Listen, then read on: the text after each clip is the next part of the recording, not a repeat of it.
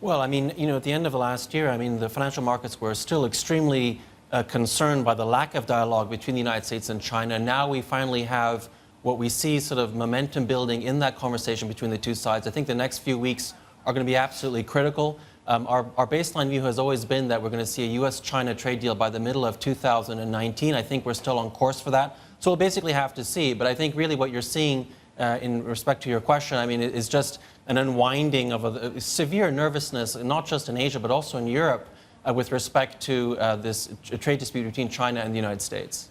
And what do you think the market is working on, and what assumption is the market working towards here? I mean, is it that we will get a deal by March 1st, or is it an expectation that that March 1st deadline will be pushed back?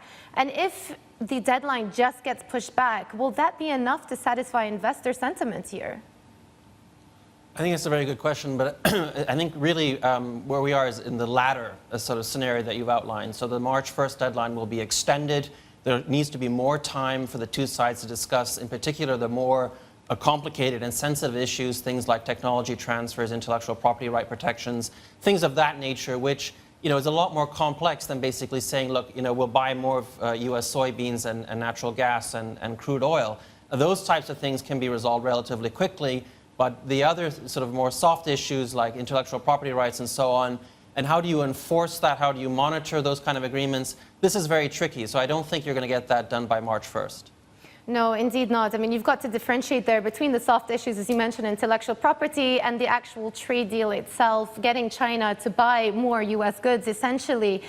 When it comes to that particular topic, do you think there's any expectation at all in the market that the U.S. may remove the tariffs that were already imposed? Would that be a positive catalyst if they did indeed do that? I think that would be a hugely positive catalyst, but I don't think they're going to rush to do that either. So I think that what they will do is hold on to those tariffs that are in place as long as possible, and then as a deal is formalized, then sort of removing them. But I don't think you're going to see a lot of concessions from the United States early on in this stage. It's basically too early for that.